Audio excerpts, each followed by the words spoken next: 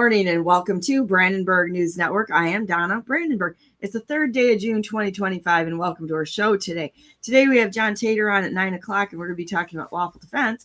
And at 10 o'clock it's Mike Bambas and we're going to be talking again about pro se case. Kind of all goes together on our Tuesday show, which I really like. I like learning the law, the lawful way to defend yourself, and what's really wrong with our system, because there's a lot wrong with it. So we've got a lot to work on.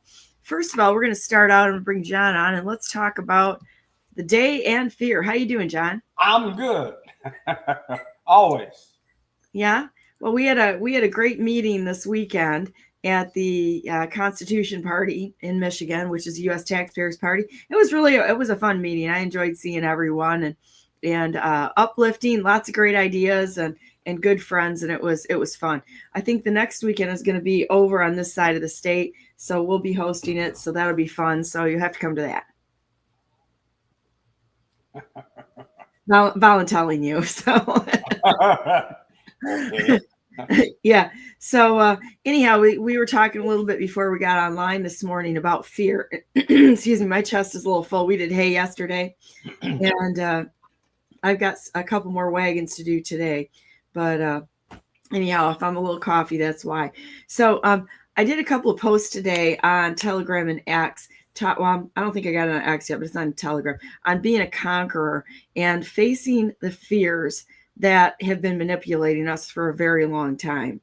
So the term conquerors means overcome or to be victorious. It refers to, in the Bible, believers who remain faithful to Christ despite trials, temptations, or persecution. It's not about physical, but spiritual.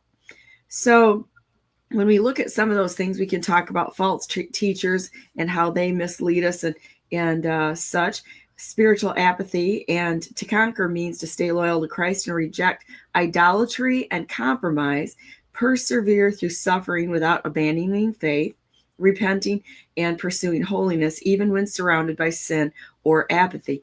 It's kind of overcoming all of the curveballs that we get thrown on an everyday basis, and refusing to stop or let the fear control us. And I think something that's important is that leaders may or may not feel fear, but what they do is they know how to overcome it or use that fear as a motivator, or not even feel fear, see the threat, address it, and move on, and not be paralyzed by it.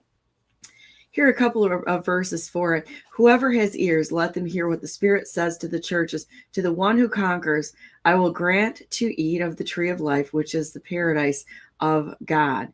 And the last one here, the one who conquers will have this heritage, and I will be his God, and he will be my son. We are conquerors and overcomers. So let's go take the day on. What say you?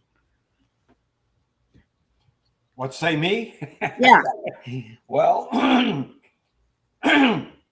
anybody that's grown up in this world, in America, over their lifetime, and especially my lifetime, I can speak for me, has been faced with all kinds of boogeymen in our lifetime. And these boogeymen didn't come out of my thought process or my immediate family. They came out of the world. They came out of the public functionaries that were out there that were trying to keep us in fear all along. Remember the ice age that, when I was growing up, we're going to have an ice age in 10 years. We're going to be in the middle of an ice age, and many of us won't survive. Then it became global warming. The global warming is going to cause all kinds of problems. The ice caps are going to melt. The oceans are going to rise. We're going to have water we're going to have, instead of Florida, it's going to be a smaller, and they made all these elaborate maps of how Florida was now no longer going to be there, and it was going to be the ocean, and California was going to, the great earthquake, California is going to drop off into the ocean anytime now because of the San Andreas fault. This was going on constantly. They talked about acid rain. Remember the acid rain that we had, that we were supposed to have? Your cars were going to rust and fall apart because of this acid rain. Then we had gasoline prices. Remember that? Remember the long lines for gasoline? Fossil fuel was going to run out in 10 years. Which it isn't fossil fuel, just so everybody, we Of can be course. clear. But I got to go with their narrative so everybody understands this. We're going to lose all of this coal and oil. We're not going to have anymore, and your cars are going to end up stopped. And I mean, they have videos and movies of all of these crises that were going to happen that were out there. Then in the 50s, we had the nuclear war process with the Russians. Any day now, the Russians are going to fire a nuke at us. And so you got to build your bomb shelter and stock it with food and stuff so you could protect yourself from this Holocaust that was going to happen. You know, and as a kid, I was saying, Dad, let's build a bomb shelter. You know, my dad was already acclimated to this nonsense. So he was kind of saying, you know, that's silly. But I was a kid. I didn't know any better. I'm listening to the news, and this is what they're telling us. They're keeping us in fear. These public functionaries who were not officials, not leaders, not anything else we call them. They're public functionaries. They have a function in government. Public servants is another terminology that they use. I mean, I grew up with them as public servants, but they're really public functionaries. They have no power in government. They are only have a function to provide, just like when you are a tool and die maker, you have a function to build a tool for a particular company using a lathe or using a mill or whatever. But you are not actually that. You are not the tool itself. You were just producing it. Well, that's what the public functionaries are. They're producing that part of government that they were required or they were hired in office or voted in office to perform, and nothing more. But we've allowed them over time because of our fear. Oh my God, now World War III is being pressed to us. Any day now, Ukraine and Russia are going to get into it. Now, England just, I heard, is gearing up for war. You know, this is the idiots. Well, they got to have a war in order to fund their criminal enterprises, because that's one of the best ways to get away from the mistakes that they've made, which aren't mistakes, the intentional subversion of the entire earth. Do you remember being a kid in school and having to do the nuclear drills where you had to go under your desk? Now, I want to think about how ridiculous this was. I remember this, okay? You're an old guy. I'm kind of an old guy. I'm 60 years old. But we both remember this sort of thing. And I remember Duck and cover. What's that? It was called duck and cover, remember? Yeah. So you're sitting at your little steel desk with the little surface in front of you where you opened up the top of the desk and you had all of your books and your pencils and such in there, and whatever other crap you picked up off the playground, like rocks. I always had rocks in mine. And and then you were supposed to get underneath this desk that was approximately 2 feet wide by about 18 inches deep. And that was going to protect you from a nuclear attack. And you're a kid, you know, you can't reason that out. It's like, okay, I'll get underneath the desk. And you think you're doing what the teacher tells you. But all it was is this programming. And we're still in the midst of just incredible programming that's going on. But now that we've got the rightful president of the United States, President Donald J. Trump, in place, and we're seeing some go in different directions, and people are waking up and asking questions like fossil fuel, it isn't, that sort of thing. I mean, how many dinosaurs and stuff would have had to have died to have the deposits that they're claiming that we have underground? It is so absurd. It's like getting underneath a desk to avoid a nuclear attack. That's right. That's absurd. The problem that we have now is we have the internet, and they have a bunch of so-called, and I'm going to use the word small p patriots that are not patriots. You don't know where that information is coming from.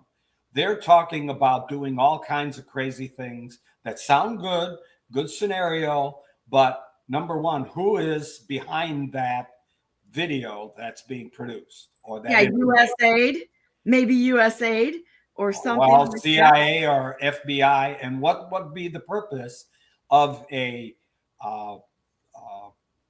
public or the CIA, the FBI putting this information out? It's called a distraction. Our salvation rests with the Republic. Nothing else. Nothing else. Nothing else. Nothing else. I'm going to post something. Go ahead. I'm sorry. And if we don't focus on the Republic, they want us to lose that process. They want us to believe we're a democracy. Every time even I hear Trump say it, it kind of makes me cringe. It's cringeworthy, isn't it? You're like, oh, well, yeah. They do have a democracy, but it's their democracy, which they all vote to screw us. That's their democracy. That's their mob rule of these pretended public functionaries. That's what they're doing. That's right. And as Pacific States, one of the Supreme Court cases says, if you ever see the word democracy, annihilate it. And so we have to focus on getting rid of that thought process and focusing on the Republic. And you know, with the fear out there, and there's a lot of fear, it's constantly going on. If you listen to the news, it's all about fear. It's all about crisis. Somebody's did this, somebody did that, somebody got shot, it's all about crisis. And if you buy into that, then you are being distracted from the true intent of America and the Constitution and our Republic. And so that's what they're doing. That's what they've been trying to do for years. There are no easy fixes to this. There are no notice of liability. If you file a notice of liability to a public functionary, they're going to roll over and do what you ask them to do. No, they're not. And if you get a default judgment against them, so what is that going to do? Absolutely nothing. Because you can't operate, or you can't press a default judgment unless the courts give you the go-ahead through a order that you can press a default judgment. Otherwise, you just got a nice little sheet of paper that says you got a default judgment. Well, what does that do? Does that fix the public functionary? No. Does that change their attitude and thinking process? No. Doesn't do anything.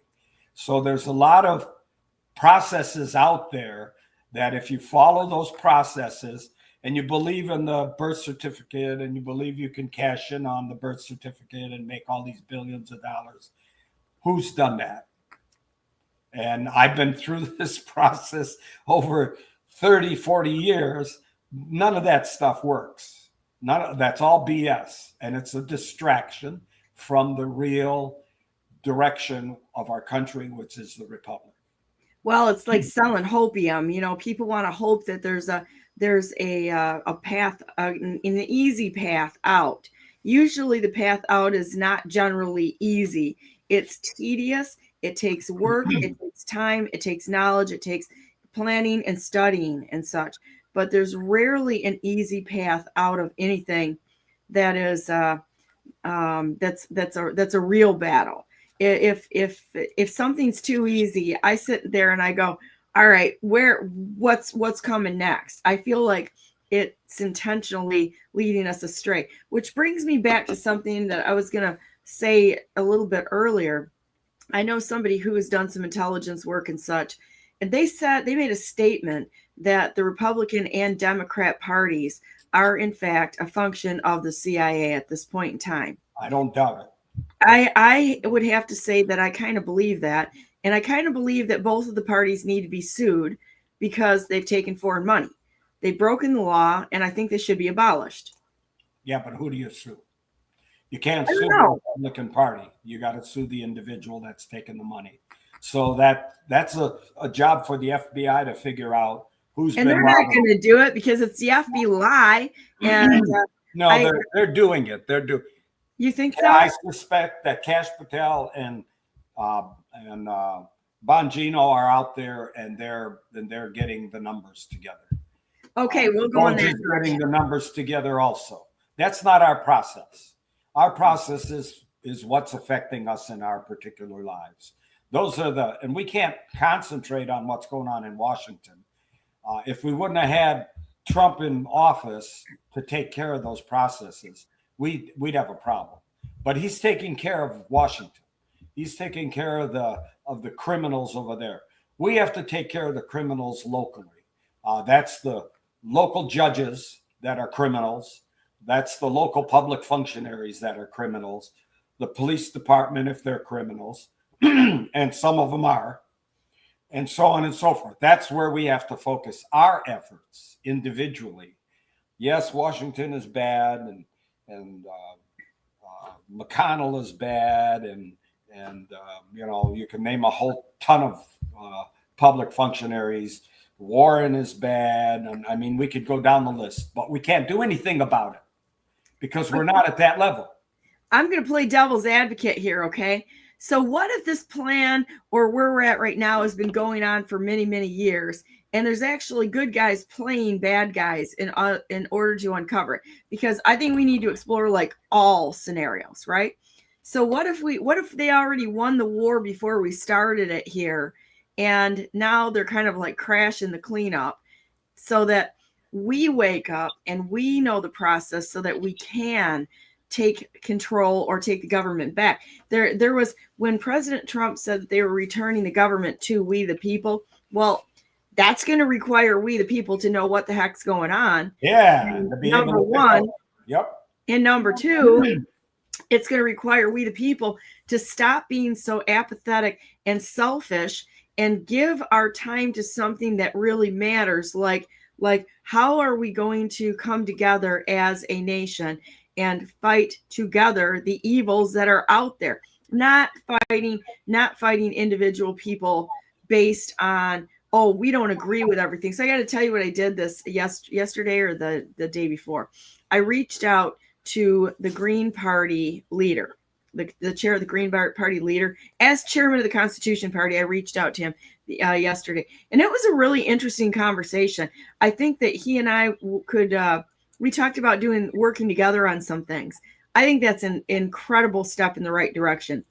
We need to get over this go sports team mentality and win at all costs and pummel the bad guys. Who's the bad guys? The bad guys aren't Americans. The bad guys are the ones that are trying to keep us divided to fight. So kind of an interesting change that I think we have to embrace going forward. And I know what's going to happen. The same thing happened that I posted the picture of Adam Schiff when I sprinted across the Senate building, because I'm like, I'm not going to miss an opportunity to get a picture with this guy. Throw it out there and see which of the village idiots start going, oh no, Brandenburg has changed. She's in with the bad guys, That was absolutely hilarious, because when that started happening, I'm like, okay, and you and you and you and you are probably establishment. And trying to keep people, the ones that said stuff like that. That was my first thought. It's like, well, I'll give a few people a little bit of credit for maybe being a little bit on they've drawn the short straw in intelligence a little bit, but the ones that are the loudest when they're faced with something like that, I can guarantee you they're probably part of the problem. And people we know could very well either be used as captured assets or actually involved in some manner or another. So we got to ask those questions, right? So right. I don't know. It's interesting to me.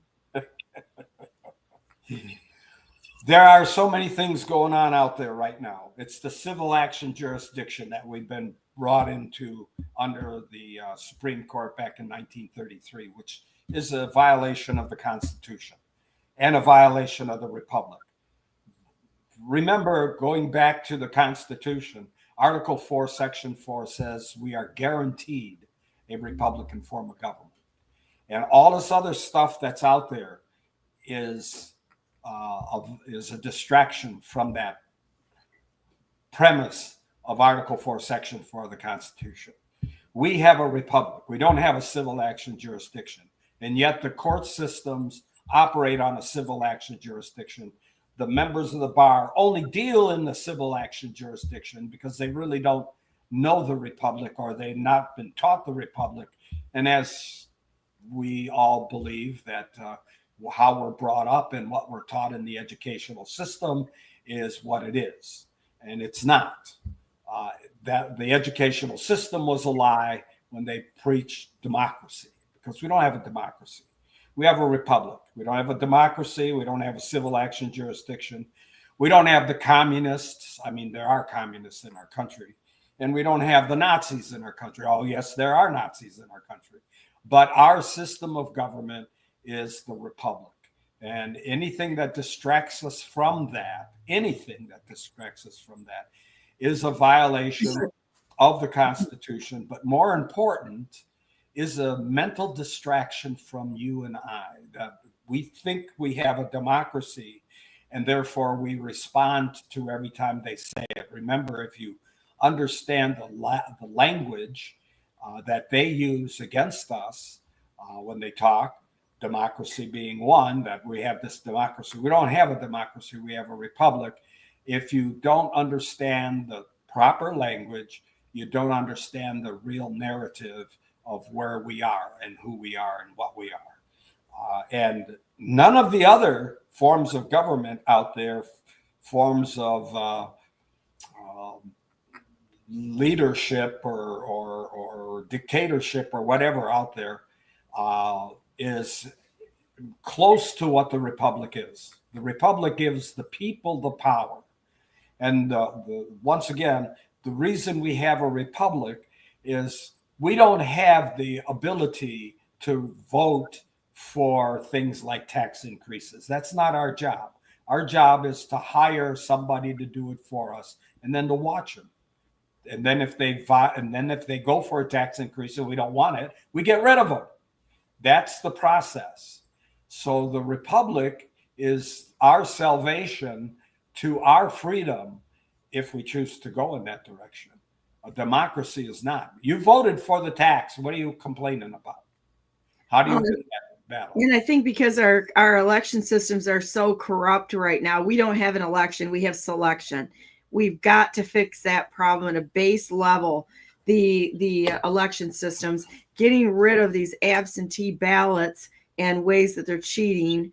There's so many ways they're cheating. It's not just one. I mean, this was a full-on, very strategic military type, not that it's the military, but you know what I mean. It was a very planned out attack to subvert the United States through corrupted elections. So that they took away our First Amendment right. They took away our voice, and they just install who they want. Until we fix that, we will not have a country the way that it was intended to be. That's right. And the Second Amendment, which they've been doing anything and everything in their power to control in every possible way that they can, is a violation of the Second Amendment. Second Amendment says no power or no rules or regulations could ever be used to combat our ability to carry arms. That means carry. That means carrying it on your person. That means no CPL, no license, no registration, none of that. It's a very clear amendment.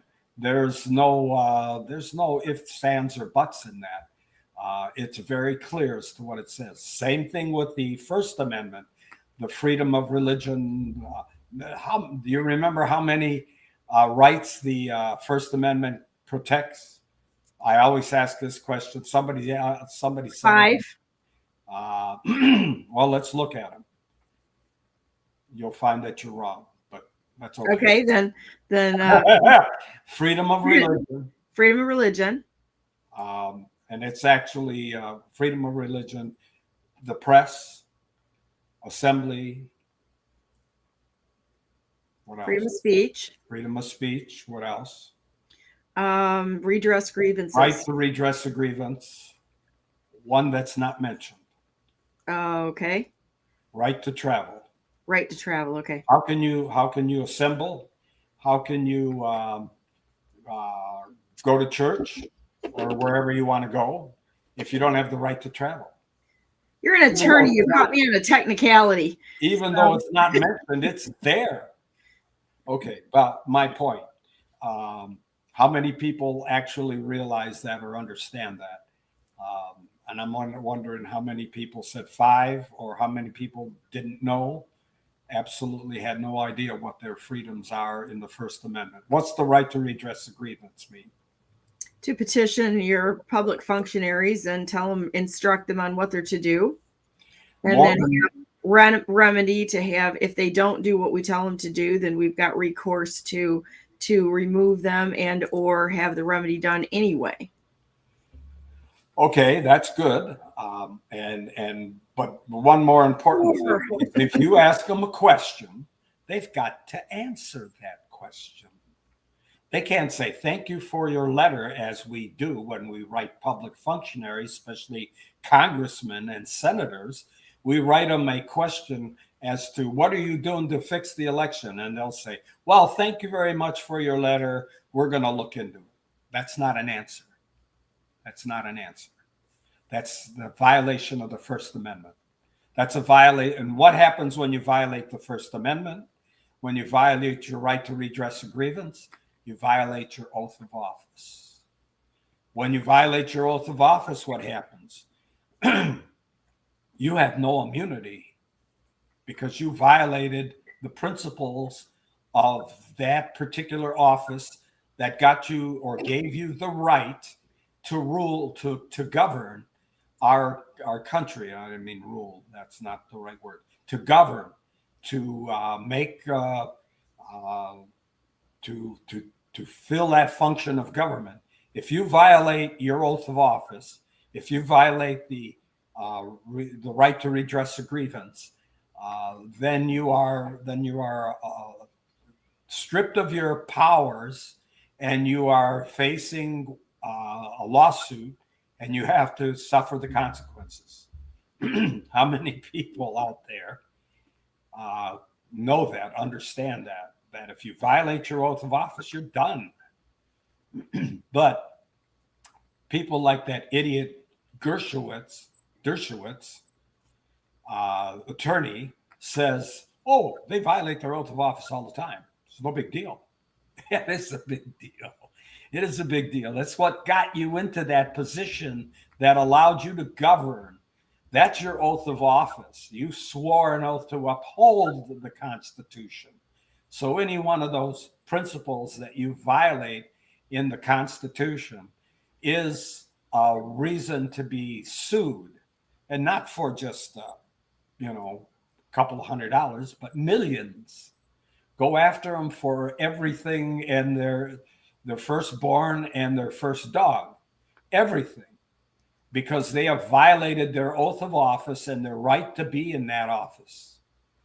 And people don't understand that. Well, so because we're all in fear, we're all, oh, they wear a big black robe, they wave their hands like what was his name? Solomon did, and Taylor, and he's trying to scare me, waving his big robe at me, making himself look like Batman. You're 3 steps down from him, so you feel, oh my God, he's big, and he's maybe he'll put me in jail. He'll do this, he'll do that. He's got so much power. He doesn't have any power. He's a bum.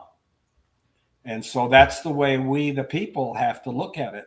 You're put in that position, Mr. Judge, to rule according to the rule of law, not according to your own personal desires and feelings. And you don't have any immunity when you step outside your judicial duties, your job description. You violate your oath of office. You don't have any immunity. You're just a Joe Schmo on the street, Joe Lunchbucket, if you want to call him. You don't have any power. And that's the way we, the people, have to get attuned to what's going on. Too many people live in fear. Too many people don't want to stand because it's difficult. it's difficult for your first day in court in front of one of those guys in a big black robe. They have all of the abilities to scare the heck out of you if they want to. And if you go in there and your knees are shaking to begin with, and if you don't pull yourself out of the fire, you're in the middle of it. So you've got to start getting power to yourself, because you are the strong. You have the power. They don't have any power. You've just given them that power by being afraid of them. Right. And if you don't, it starts with education and painstakingly going through things until it's so ingrained in your thought process, in your ability to defend yourself. You really probably should take a little more time to do that, or write everything out. Write out your points, have like an outline or something like that. But you've got to prepare. If you're going into battle, you don't go into battle at, let's just say you're going into any kind of battle that's a physical battle. You're not going to walk in there, living off of donuts for 3 months and sitting on the sofa and watching fake TV and such. You're going to get out there and you're going to train for it. Well, if you have decided that this is a path you want to take and get into the battle this way, you've got to train for it. And that means every day do a little bit of something.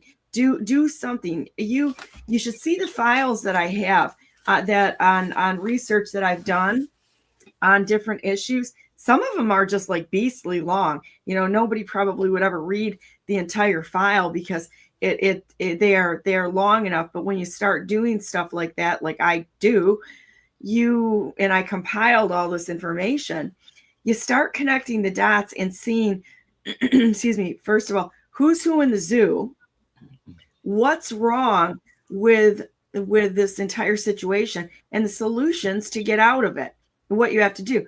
I'm going to stick with what I've been saying, is that you do not fix problems by adding legislation. You nullify, you get rid of the bad stuff and start simplifying it. The propensity of and the bent for people to complicate matters by continuing to further complicate it is the problem. If somebody's writing code out there as programmers and they've got like spaghetti code and it's going all over the place, instead of writing stuff to deal with a spaghetti code, which slows your computer down, you pull it back and you clean up your code, clean the code up and go in a better direction. Well, that's what we got going on in our government. Best thing we could do is nullification. If I don't hear nullification or getting rid of the pretended laws that just complicate everything and confuse the hell out of everybody, we can't fix it. We are coming up on another election pretty soon, the midterms. And we have candidates running around acting like, I'm going to run for this particular office. Oh my God, pathetic. And what is the question that anybody should ask these public functionaries that are running around in office? Probably, are you going to be running de jure or de facto? Well, that's a good question. Will you be a de jure officer occupying a de jure office? Are you going to uphold the Constitution? Are you going to defend the rights of the people, or are you going to continue to give favor to the corporatocracy? Well, here's the way you do it. My question. You go up to a public functionary, say, are you going to be a de jure officer occupying a de jure office? And if he says, I don't know what that means, then I say, well, then you ought to resign your position and go learn and then come back. Don't be running in office if you don't know what you're talking about. And if he answers that question right, then ask him, do we have a democracy or a republic? And if he says a republic, then ask him, what does that mean? Or if he says a democracy, you need to tell him what the difference is between a democracy and a republic. Of course, you ought to know what the difference is yourself, but that's the other second question. What's a republic? And how are you going to support the republic? And so those couple of questions you really need to ask. It's been said from our founding fathers, and I believe it was Hamilton, that said that the republic will fall and be led by the judiciary. that the judiciary will lead the fall of the republic. Now, I think it's Hamilton, but it could be Jefferson. I don't remember. But that question comes up to what do you mean it's going to be the fall of the republic is going to be led by the judiciary? Well, the judiciary, especially the local judiciary, and we're talking about state-ran judges, but a lot of the federal judges are the same. They don't have a clue what a republic is or a democracy is. They don't have a clue what their duties are in their office. They are very, very ignorant based on what they've been taught with the bar, based on becoming a member of the bar, and therefore, because you're a member of the bar, you can become a judge. How ridiculous! How ridiculous! Because you got a sheepskin in a particular field, you are a professional in that field. That's ridiculous. If you don't study and work in that field, then you don't know it. You don't know any more than you did when you left the university. Well, let's talk about the ridiculous of it. It's not a license to practice law. It's a private membership association to protect itself. It's a cartel. The Bar Association is a cartel. Plain and simple. And let's talk about a couple of different scenarios that I find absurd. The DNR has got people that are experts in fisheries assessing dams. What does that not seem absolutely ignorant to you? It does to me. You've got somebody who's in fisheries, but they're managing dams with no engineering background, making statements of, oh, this thing is no good. We got to tear all of these dams out. By what? You haven't done any evaluation. There's like one sort of kind of evaluation that was done, but it was internally audited. There was no second evaluation that they did, and that's the basis of tearing all the dams out. They're destroying the land and destroying the fisheries and our ability to have recreation on the land. Dams provide money to the local economies. This is an intentional destruction of property. Now, here's another one. What would you think if there was somebody running for governor, such as Anthony Hudson, and he decided, and I want you to answer this, that he's going to introduce legislation for what? He's got a couple of things out there that he said he's going to introduce as a governor candidate legislation. Well, first of all, he can't. There you go. I know the answer to that, but I'm going to let you beat this one up. Who introduces legislation? I mean, he can say, I think this would be a good piece of legislation for the legislature to introduce, but he has no power to give legislation to. He's the executive, and the executive carries out what the legislature tells him to carry out. He's got it backwards. Seriously, backwards, not knowing the job. Okay, so there's another thing I'm going to bring up real quick that I want you to I'm going to do a Donna's done with it segment here. Donna's done with it, okay? And then bring a few things up. What would you think if someone decided to support an initiative for an amendment and said, well, they scratched my back, I'm going to scratch theirs, but there's no way that Axe My Tax is going to end up on the ballot. So, but I'm going to support this person because they supported me at one point in time. Well, first of all, we can't have initiatives in a republic. That's a democracy. We can't vote. Amendment type thing is what they're can't talking vote on amendments. We, the people, can't vote on amendments. We can only hire our representatives to vote on that amendment. They're going to vote on that amendment for us. That way we can hold their feet to the fire if it's a bad amendment. If we, the people, vote on it, then it's 51% over 49%. 51% say yes, 49% say no, but the 49% have to suffer. That's a democracy. We don't have a democracy. We have a republic. And therefore, we have to have representatives that we hold to accountability when they violate our rights in the republic. So base level, if somebody Yes, base level on that I have a problem with this is that if somebody in their hearts knows that it's not going to make it on, it's not going to make it through the process, but supports it anyway, knowing that it's not going to make it, based on a relationship, not based on whether it's lawful, constitutional, or that it's going to be helpful. To me, it's just a waste. It's somebody that's Of course it is. wasting Collecting signatures is the way that the democracy has set it up, so we fail in our attempts to make things happen.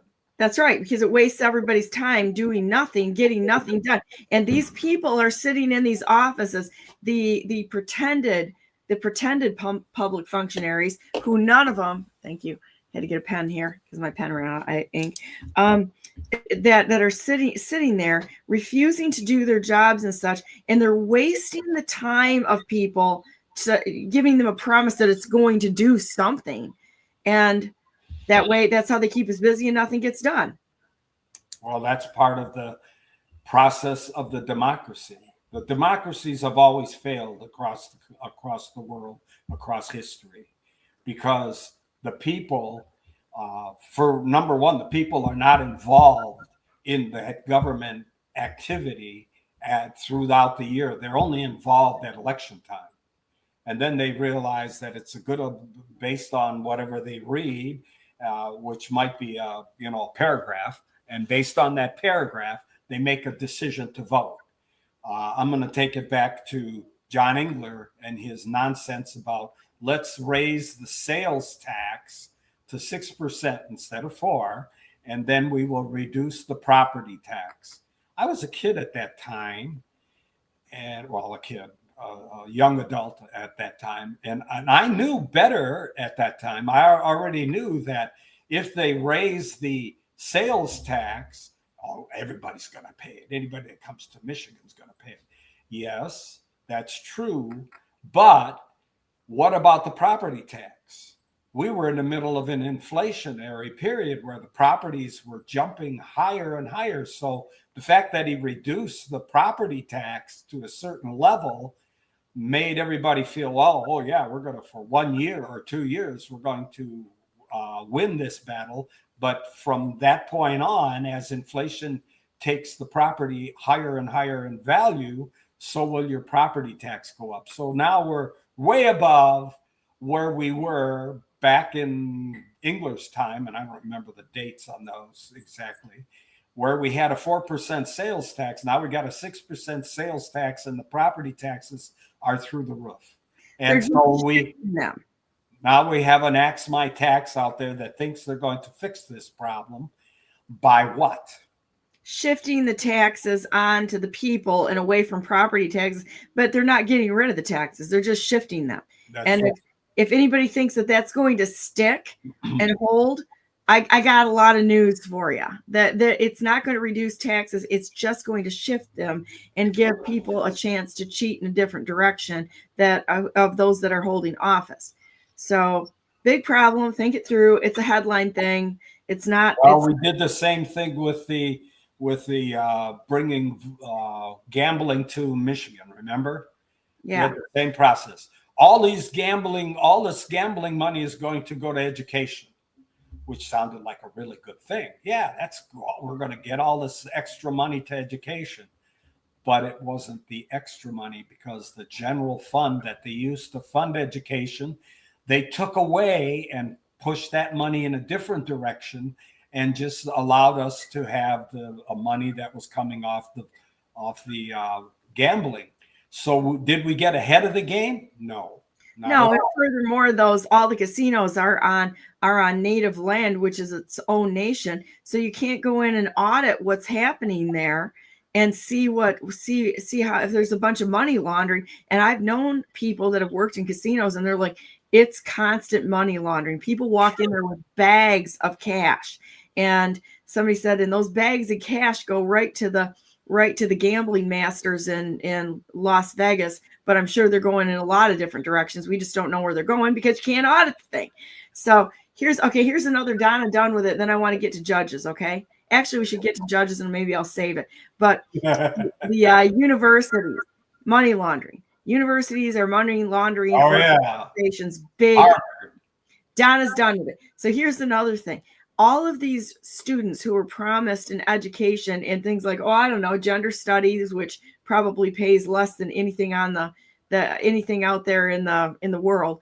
And they are not, there's no guarantee with what they were kind of promised from the colleges. Whose fault is it? Is it the students or the colleges or both? Donna's done with it. I say both. It's both. It's both. It's a lie.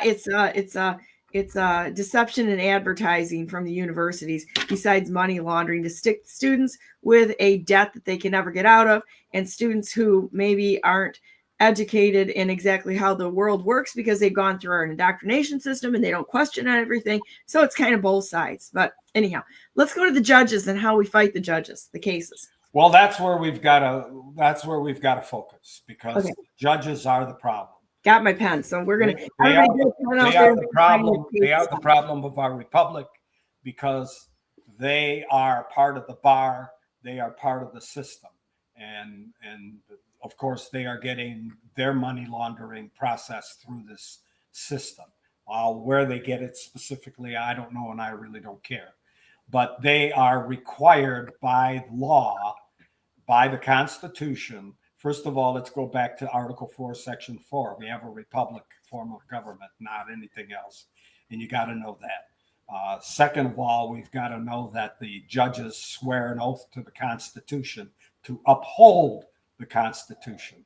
So when they don't uphold the Constitution, they think we are in a civil action jurisdiction. They're violating their oath of office. They are violating their whole premise of why they're there in that office. There's no wiggle room there. When they step on one of the amendments, the First Amendment, your freedom of speech, or they don't redress a grievance, then they are violating their oath of office. And when they violate their oath of office, according to several of the court cases, and I'm going to name the court cases to you, and one in particular is Scher versus Rhodes. And I'll spell Scher for you, SCHEUER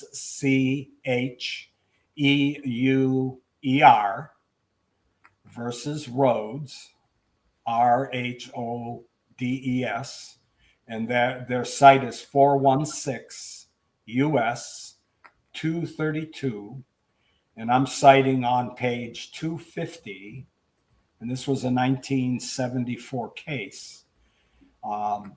This is regarding whenever you go to court and they try to summary judge you, or they try to dismiss your case without giving you an ability to be heard. Scher versus Rhodes on this page says further proceedings, either by way of summary judgment or by trial on the merits, are required. And it doesn't say should happen. It says are required. The complaining parties are entitled to be heard more fully than possible on a motion to dismiss a complaint. So they can't just dismiss your complaint, although they do. And if you don't know this, they will dismiss your complaint based on some stupidity. And that's why I'm suing 3 judges right now, because they dismiss my complaint on stupidity. So I'm suing 3 judges based on that. And that's the leading argument that I use right then and there. Then, of course, there's Norton versus Shelby County, which we've spoke about 100,000 times, 118 US 425. And on page 442, I'm giving all this information to you. So when you pull the case up, you can go to page 442 and find this. This is an 1886 case. And it says, this is a very powerful paragraph, an unconstitutional act is not a law. It confers no rights. It imposes no duties. It affords no protection. It creates no office. It is in legal contemplation as inoperative as though it had never been passed. So, is violating the First Amendment an unconstitutional act? Absolutely. Yeah. Is violating your right to be heard an unconstitutional act? Yes. Absolutely. So any of those are, so now you got two things that you can go after a judge for. Number one, dismissing your case without you having an opportunity to be heard, and not just form, but substance. I want to hear what the substance of the case is. And they always use form to dismiss your case. Oh, it's a matter of form, which means we're going to give you an appearance of due process, but we're not going to give you the substance of due process. We're going to make it look like you got due process, but you didn't. So that's a violation of their oath of office also. And Norton further states on page 449, the right to discharge the duties of justice, and I interjected here, judges of the U.S. District Court, and then the original phrase says the right to discharge the duties of justice of the peace was never recognized by the scenario of the plaintiff. The ability to fabricate the scenario of the plaintiff is my little phrase, and I do add a little bit of this and that to it as I can to bring it to my particular case. Judges, but from the onset, the resisted by the legal proceedings which terminate in its adjudication that there were usurpers clothed with no authority or official function. So I did a little adjusting of the language there, but to show the most important part of this, that they are usurpers clothed with no authority or official function. That was the most important part of that paragraph for me.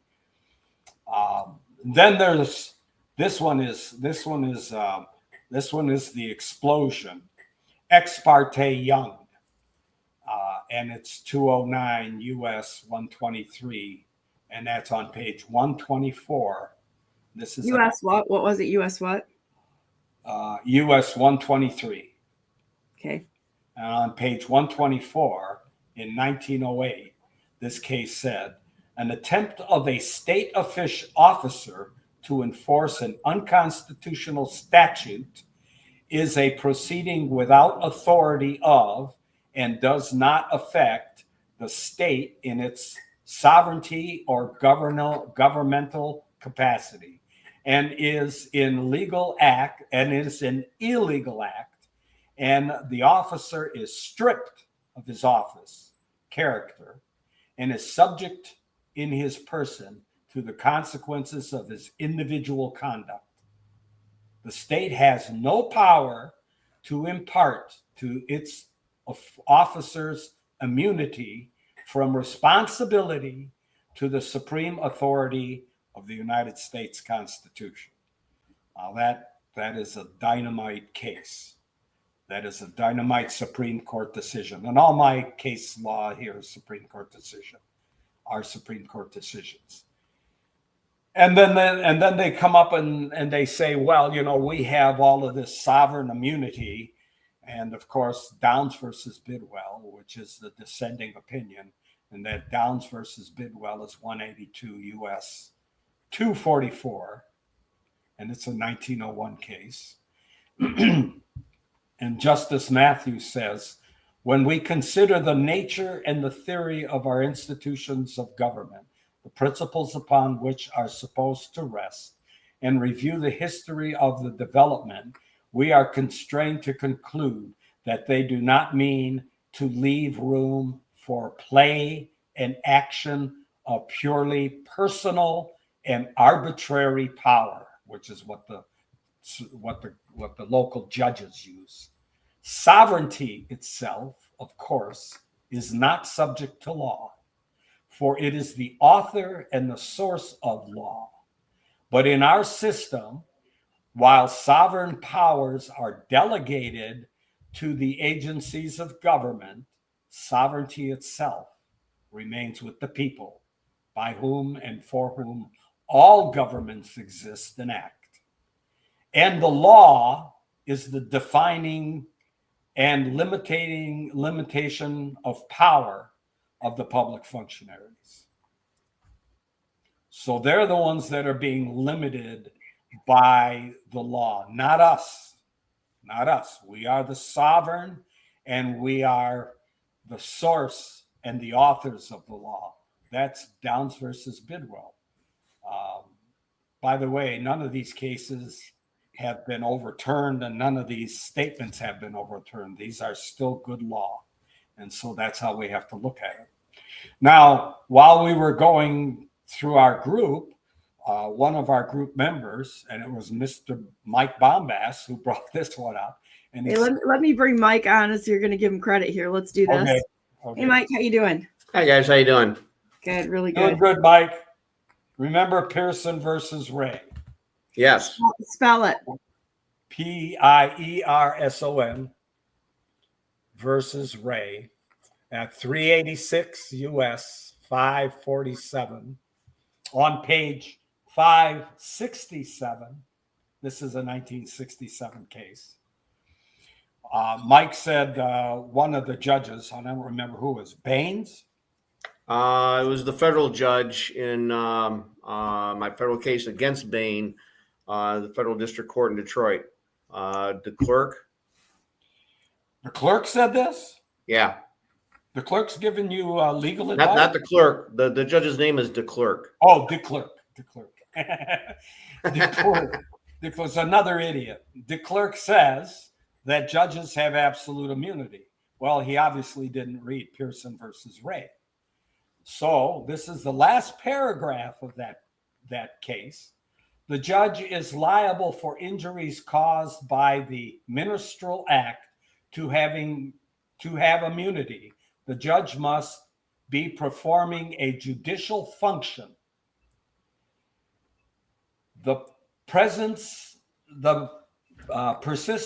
of malice, and the intention to deprive a person of his constitutional rights, he exercises no discretion or individual judgment.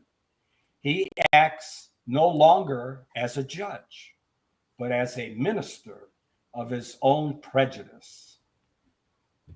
So here's the case that this judge is using. Oh, they got absolute immunity. Obviously didn't read the case. It further states on page 566 on that same Pearson case, and I'm just going to read the dark print that I got here, not the whole thing. On sound principles, the author of such wrong ought to be responsible to the parties wronged. And then it goes on to further state that this is not to say that a judge who makes an honest mistake should be subject to civil liability. But what's an honest mistake? When you're a judge and you read a Supreme Court case and you say that the Supreme Court case gives absolute immunity when it does not, because you didn't read the case. You only read the little paraphrase that's given to you by the law school where you go to law school, or by your law book, and you don't go on to read the rest of the case to understand what the rest of the case says. And then further on that same page, it says, evil of allowing unintentional, knowingly deprivation of civil rights to the unredressed far outweighs the spectacular inhibiting effect which might attend an injury into a judicial deprivation of civil rights. This is that same case that supposedly gives judges absolute immunity. So this judge is an idiot, as most of them are. If we go on to Marbury versus Madison, Marbury versus Madison says the government of the United States. Can you spell it for everybody, please? Marbury, M-A-R-B-U-R-Y versus Madison, M-A-D-I-S-O-N, which is 5 U.S. 137 on page 163. This is an 1801 case. Oh, it's an old case. Oh, Norton versus Shelby County is such an old case. It doesn't apply. Well, does the Constitution still apply? That's older than both of them. What's that all about?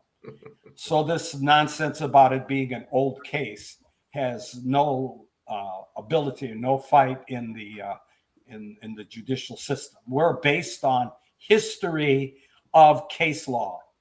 And so in Marbury versus Madison, the government of the United States has been emphatically termed a government of laws and not of men. It certainly ceases to deserve its high appellation if the laws furnish no remedy for the violation of vested legal rights. So if you have a legal right to redress a grievance and they don't redress a grievance, that's a violation of vested legal rights. And they can be sued for it, and they should be sued for it. And then there's Deal versus Danieloff. Spell it, please. This is, DIEL versus DANULOFF. And since this is a appellate case, and I only have a docket number 209737, docketed in 2000. And this was another case that was brought out that's saying judges have absolute immunity. And I'm going to just read my little. There's a fairly lengthy paragraph, and I don't want to read the whole thing. And we're running out of time. So actually, we're out of time. So this case says basically, gross negligence means conduct so reckless as to demonstrate a substantial lack of concern for the injury results. And this is the judges that pulled What page is that on? That's on page, I don't have a page number. Maybe I do. But I don't see it. Okay. Yeah, I think it's, nope, I don't have a page number on that. Sorry. That one does not have a page number. We're running out of time, so maybe we can pick this up next week. How many other cases do you have to go? I'm only on page 8, and I have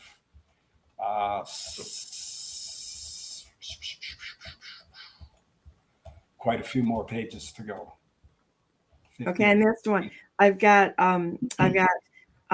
let's see. Let me go back. Sure versus Rhodes, Norton versus Shelby County, Ex parte Young, Downs, Bidwell, Pearson versus Ray, Marbury versus Madison, Deal versus Danoff. Is that the only ones that you went through? Yeah, that we'll stop at Danoff, and we'll pick up a few next week. We'll cover a few more because Okay. I basically, this is an answer to an attorney general, U.S. Attorney General in Michigan, who said that they have absolute immunity, and I just bombarded her with Supreme Court cases that say you are an idiot. And what's her name, just so everybody knows who this is? Her name is, actually there's two, because she's the so-called acting person. Let's see if I can find her name is Julie A. Beck. She's the assistant acting attorney general. And then there's Luttrell versus D. Livingston. That is the actual attorney general, assistant attorney general. And I said, the assistant attorney general, Julie A. Beck, and Luttrell D. Livingston are fake. They do not exist and are liars at worst or ignorant at best. And that was my first paragraph to them. And Very cool. Then I blasted them. Okay, so let me get the tools here. I have skills. So hang on a minute. Let me put this in, and then people can figure out how to get a hold of you, Mr. Tatar. Ta-da. So I'm waiting for a response from them to see how they're going to deal with this one. I want to go to court. I told them that since this is a dispositive motion and they're trying to dismiss my case based on absolute immunity and no jurisdiction, I want to be in court and I want to be heard. So we'll see. We'll see if they let me get there. Well, there you go. All right. So tell people how to get a hold of you. Well, magnificentrepublic.com will give you the insight to get involved in our group on Wednesday nights.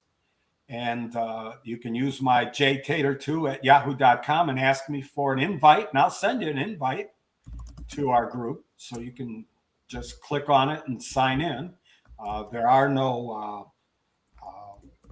There is no fee. We do not take roll. You can come and go as you please. You can come early or go late or leave early, whatever you want to do. Just get involved with us. The more you know, the more power you have and the less power the public functionaries have. And you can always come on Brandenburg News Network on Tuesdays and see John, or go back into the archives and watch the videos and Mike and such. And we're just going to continue to beat this up. So fantastic. Well, thanks for coming on today, John. I'm gonna run our little ticker here and take a real quick break, and I'll be back with Mr. Mike Bambas. See y'all. Bye-bye. Bye. See you guys.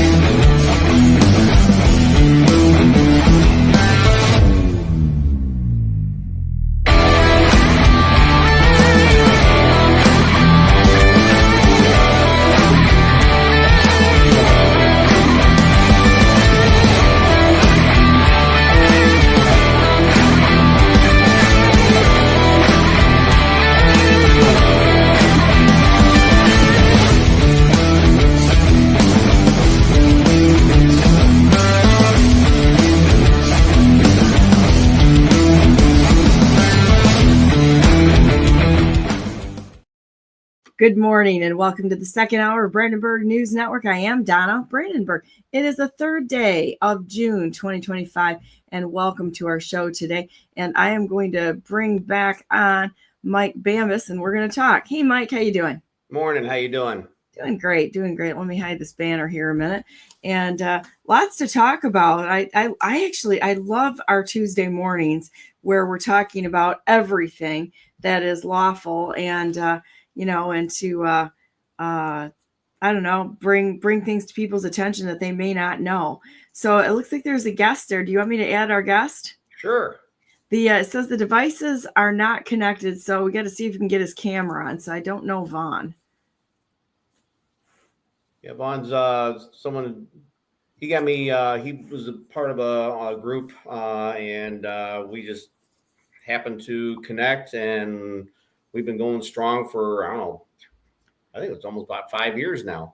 So, he and I have been working on a lot of different things, and he's very knowledgeable. And I asked him to come on today to help educate the masses and bring more information to everyone. So awesome. Well, he just is he's having a little trouble connecting here. Let's try it again. All right. Morning, Vaughn. How are you? Can you hear us? Yeah, I can hear you. Good morning. How are you? I'm doing great. Do you have a camera that you can turn on, or are we going to do just voice today? Every time that I hit the camera, it says that only you can allow it. Oh, you're there. So if we can get it to connect, you actually have the ability to add your camera there, and I do not. So. Well, we can go by voice unless we can figure it out here. Now we're having a problem with the connection somehow. Technology, wonderful thing. Makes our lives easier. It's great as long as it works. If it doesn't, like today, let's see. Well, it's technology, Vaughn, is great as long as it works. So we'll just continue on with voice. So and then maybe you can come on again with camera. So what are we talking about today, guys? Well, first I'd like to introduce Vaughn. Again, he and I connected, I don't know, about 5 years ago. And we've been going strong ever since, trying to educate the masses. And I asked him here today to, kind of help educate, everyone and go over different things. And one of the things I was going to start off with in connection with what John was talking about earlier in the first hour, attorneys, when you hire an attorney, you become, number one, a guardian, or actually they're your guardian. You become a ward to them. And under Corpus Juris Secundum, Volume 7, Section 4, I'm going to read this so that everybody understands what happens and why these attorneys do what they do and the control that the Bar Association has over everyone and everything. It states that his first duty, and this is in reference to the attorney, his first duty is to the courts and the public, not to the client. And whenever the duties to his client conflict with those he owes to an officer of the court in the administration of justice, the former must yield to the latter. So an attorney's first obligation is to the court, not to the client. I don't care how much you pay your attorney. His first obligation is to the court and what's best for the court.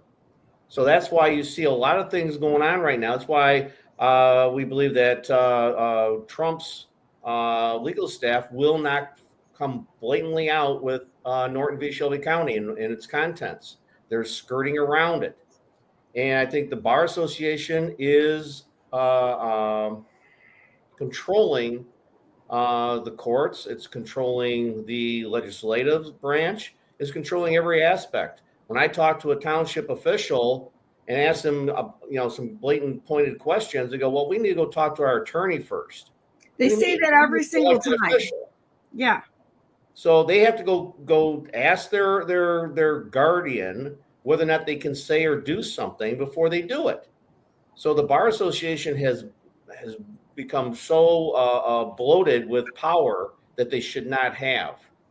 And this needs to be shut down. And when you got the FBI instructing the courts on how to deal with us, we the people sovereigns, this is a form of domestic terrorism on their part, because they're influencing the government, they're influencing the populace into believing that if you speak up against them, you're going to be labeled something. You're going to be labeled something bad.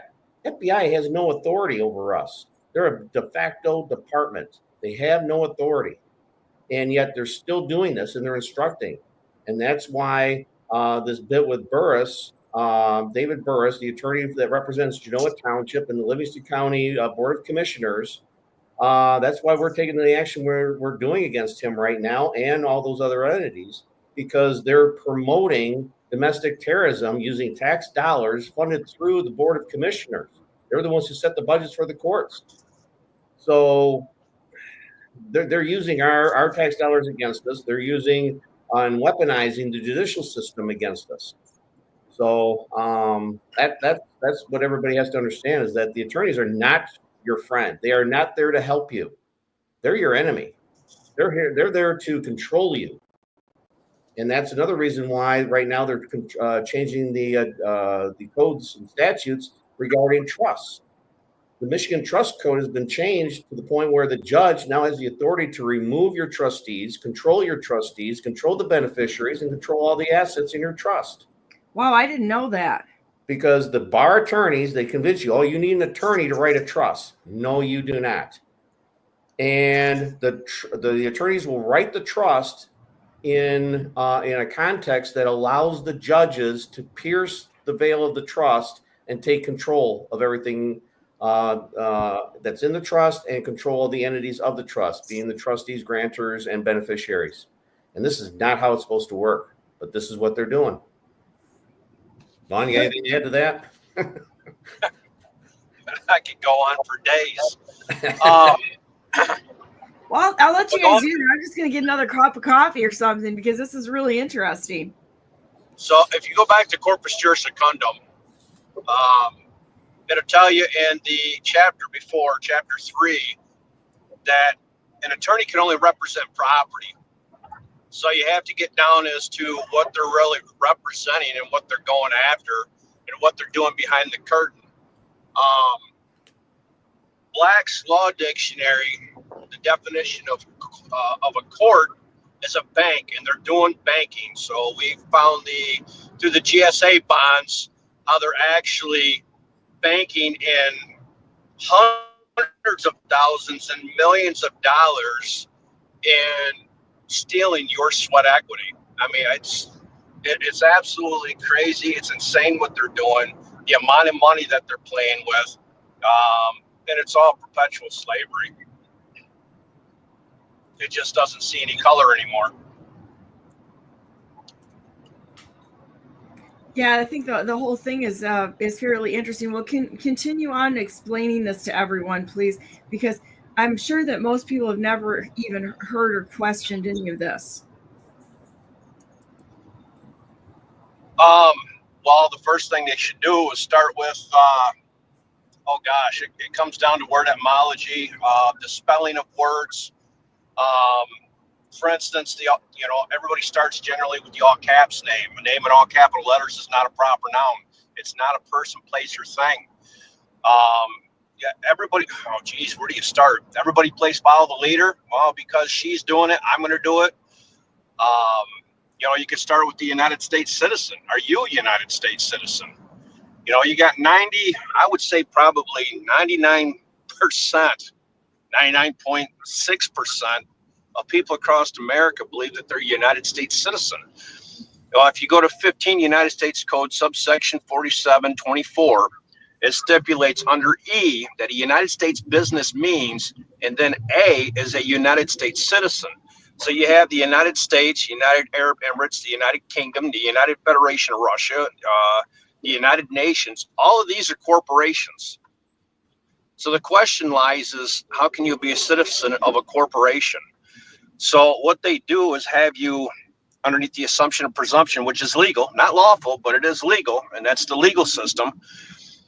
They get you to identify, because even today we can, our kids can identify as cats, and they got to put a litter box in the school. So they get you identifying as a corporation, and people, wonder, well, wait a minute, I don't make income, I make wages, and that's what the Supreme Court says. Well, yes, but you're identifying as a corporation, and since you're identifying as a corporation, you're putting it on your paperwork, then you're going to pay income taxes because that's what you identify as. So you get all the rights and titles and responsibilities of that hat that you're wearing. Thank you. Real news for real people by real people at the kitchen table. Sort of. Can you expand on what he's talking about, Mike, before he comes back? Basically, we have to change how we identify. And one of the things is a lot of people say, we can change your status. I identify as a man. I'm a man first. So we're either men or women. I mean, we can't be any more, can't be any less. We're created by God. That's it. And so there's where the first thing starts. And as a man, I'm living. I'm not a dead corporate entity. I'm not a corporate fiction. And by doing that, when you go into court and you say, the judge says, well, identify yourself. Well, I'm a man. I start off, I'm a man. And now there's a problem because they can't deal with the living. They can only deal with the dead, corporate fictions, corporate, property. They're only going to deal with property. So when you identify that way and you identify a certain way in the courts, the judges come unglued. They have, they all of a sudden there's a conflict. And if you stand your ground, they'll get to the point where they'll start threatening you. Say that one more time, you're going to be held in contempt. So they're trying to force, under threat, duress, and coercion, you to become the other jurisdiction so they can administrate you. And you have to stand your ground. And judge, is it your intent? Always ask questions. Judge, is it your intent to deprive I of my core inherent rights of due process? Now, what does that mean? It means that we all have the inherent rights, the inalienable rights created by God, protected by the Constitution. So when you put it in that way, only living men and women can inherit something. By using those words, core inherent rights, that means I'm identifying as a living man. and they can't deal with that. They have a hard problem with that. And so now, Judge, now is it your intent to destroy my inherent core rights? So, because that's what they're doing when they're trying to deprive you, they're destroying your rights. And that's why a lot of times you'll hear a judge say, well, the Constitution doesn't exist in this courtroom. I've heard They actually say that? Yes, we have transcripts where judges have said that. You're kidding me. No. What is your response? You know, what is your response when they say that? Now you're going to get sued next? Well, I've come close a couple of times. Michael Hattie was one that came very close. I mean, he's probably the closest one I've done this to. And I actually requested that at the time, the state police have officers in the courtroom. And they asked why. I said, because if Judge Hattie does X, Y, and Z, I'm going to place him under arrest. And they're like, by what authority? I said, well, under state law, Michigan law, MCL 764.16, anyone who commits a felony in your presence, you now have the authority to place them under arrest.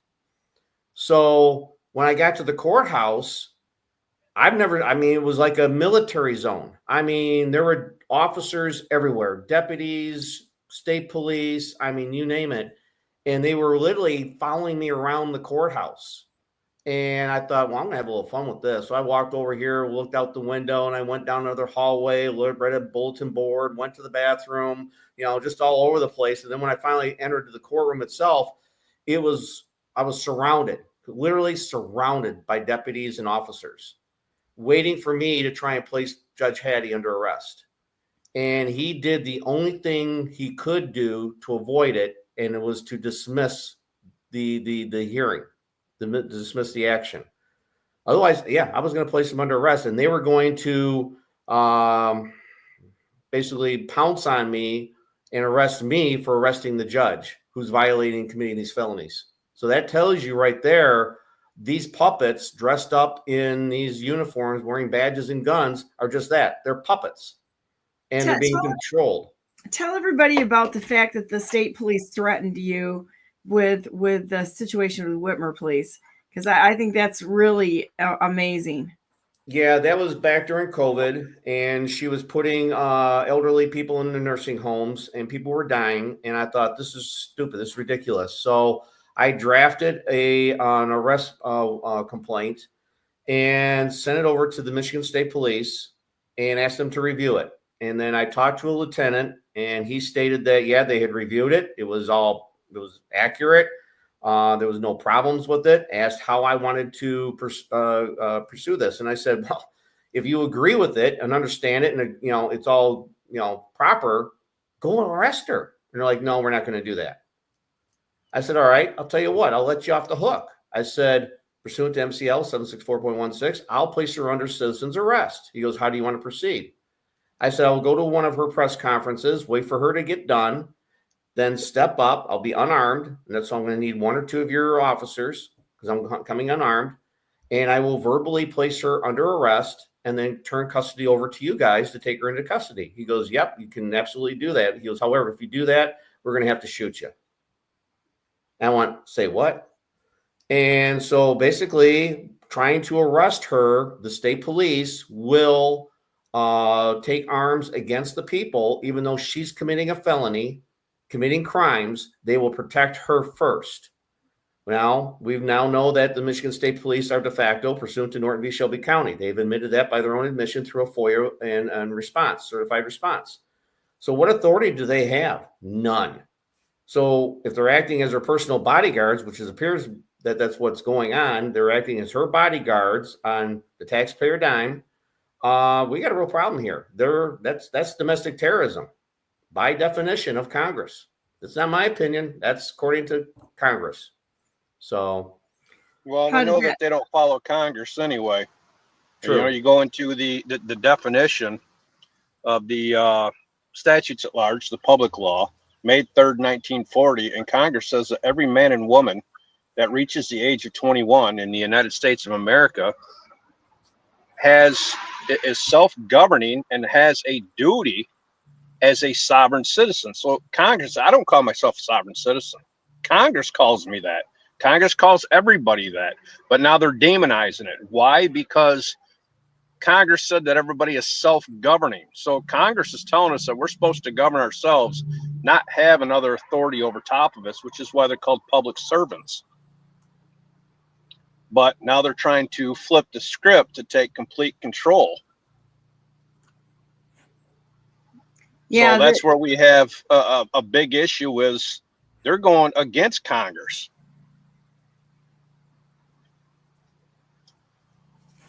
Well, continue to elaborate. I'm just going to let you guys talk a little bit and see where this is going to go, because it's just I'm so intrigued by the state police threatening to shoot you. Well, they're not the only ones. Okay, Mike, that's kind of almost funny, right? After that had happened, I'm thinking, okay, where do I go with this? Well, I can't go to the state attorney general, because I've also got a warrant for her arrest. And so I'm thinking, okay, so I went to my local politician, my state representative. The response I get there is not their jurisdiction. And so I'm thinking, okay, so let's go to the DOJ. So I filed something with the DOJ. Next thing I know, I get a call from the FBI, and the FBI wants to know what's going on. And I told them what was going on. They said, if you continue this, then you need to cease and desist. And I'm like, what is going on here? Why all this? Why am I being threatened by the FBI, by the state police, for trying to follow the law?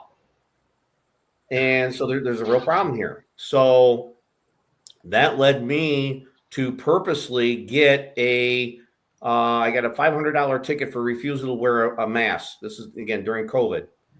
And I thought, oh, there's more than one way to skin a cat here. So I got the ticket and pursued it in court.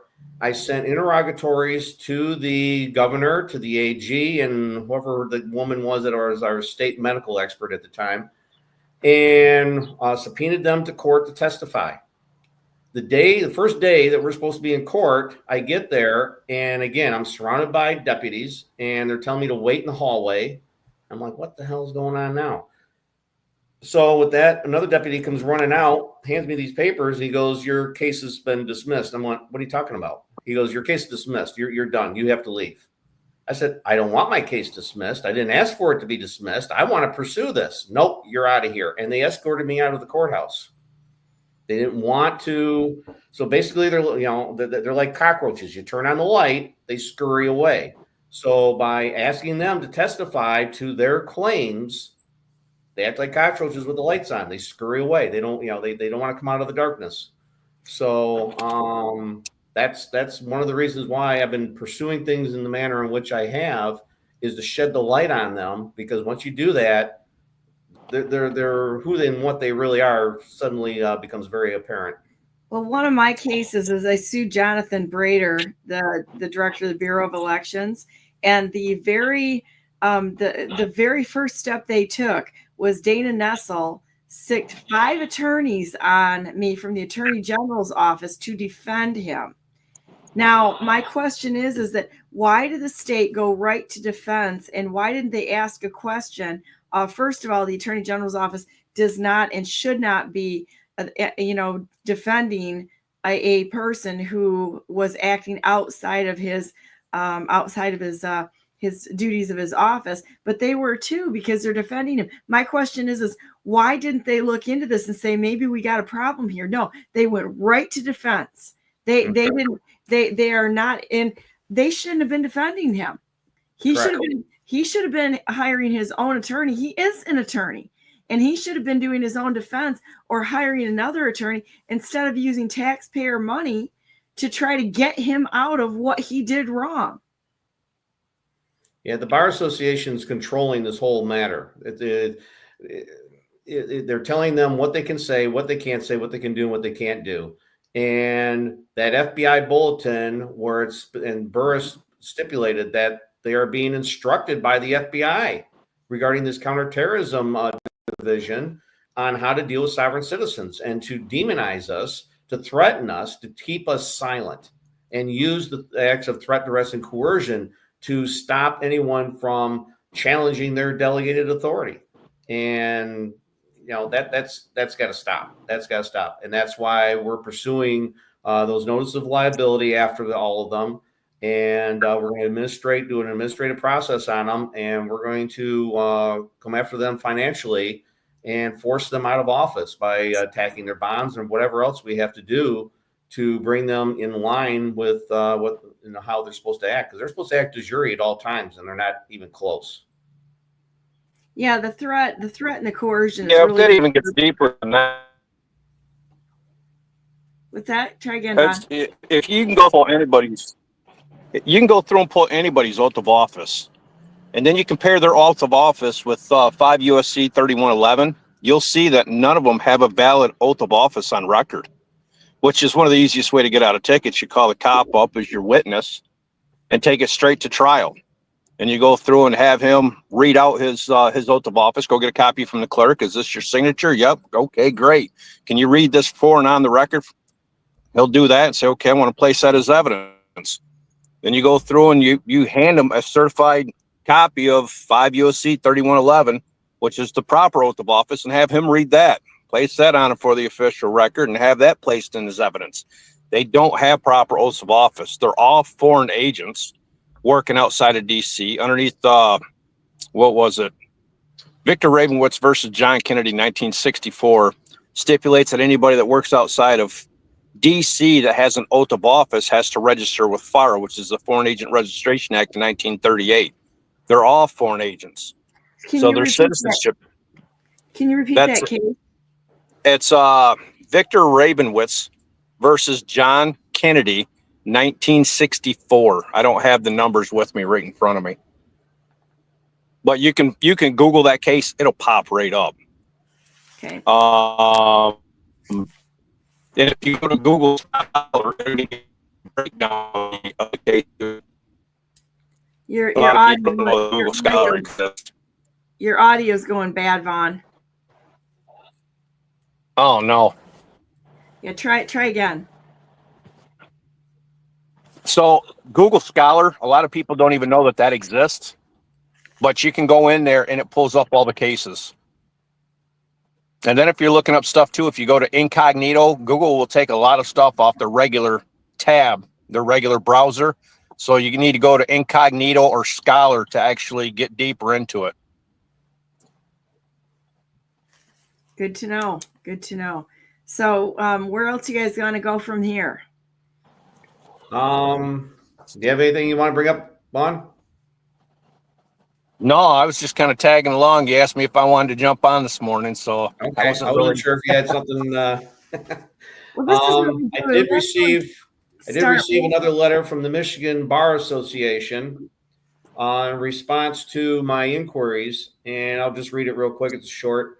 Regarding inquiry concerning the FBI bulletin related to sovereign citizens, the State Bar of Michigan is in receipt of your April 28, 2025 letter seeking information related to the document, a Federal Bureau of Investigation bulletin titled Sovereign Citizens, a Growing Domestic Threat to Law Enforcement. Please be aware that the SBM is not subject to the Freedom of Information Act. Moreover, the SBM does not have any information or documents that correspond to the inquiries outlined in your letter of April 28, 2025. Well, here's something that someone brought to my attention. If attorneys are public functionaries, how are they exempt from FOIA? And if they are exempt from FOIA, that means they're not licensed. Kind of got a problem there. We have a problem there, don't we? Yeah. We already know the Supreme Court's already ruled that they're not licensed, that there is no such thing as a license to practice law. So any attorney who says, oh, I have a license to practice law, really? Will you say that on and for the record under oath? Will you write an affidavit to that effect? And if you're advertising that, isn't that false advertising? Just thought. So, but anyway, this letter from this bar association, now what I'm going to do is a follow-up to this is, okay, if you don't have any information to this, you don't have no knowledge of this, you're not instructing the judges, you're not instructing the bar membership to enforce this FBI bulletin, then are you willing to sanction or disbar any judge, any attorney that does? let's see how they react to that one. Be interested to see if they're going to protect them or throw them under the bus. So, yeah, that's again another continuing the follow up on what that case in Genoa Township was all about. And what everybody has to realize is this affects everybody. This isn't an isolated situation to just me or the gal whose lawsuit it is. This affects everybody because under Article 4, Section 4 of the U.S. Constitution, they are supposed to guarantee a Republican form of government. They're not doing it. So right there is you're standing for a federal claim. I don't care if the municipality does it. If they're violating it, then guarantee. Hence the word guarantee. The guarantee has been violated. Their fiduciary responsibilities are they're in violation of it. So they have to be held accountable for their violations. And this is where everybody needs to start stepping up and getting involved on this.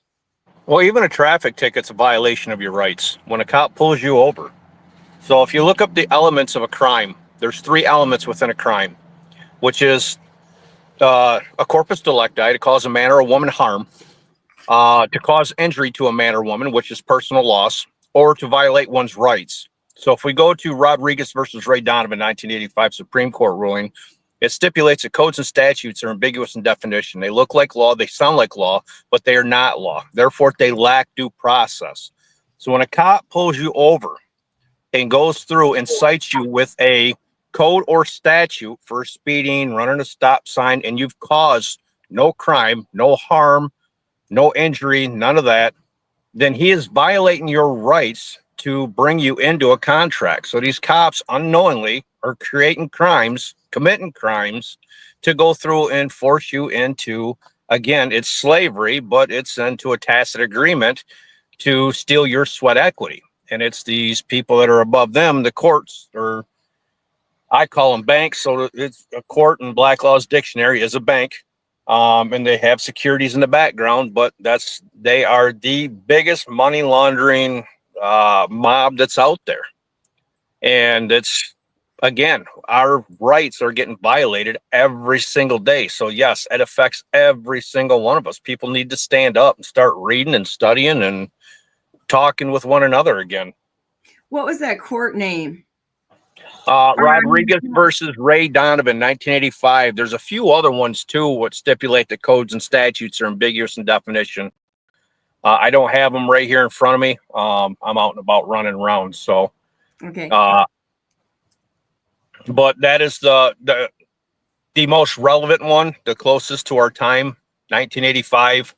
But again, where's the due process? Nobody gets due process. We don't.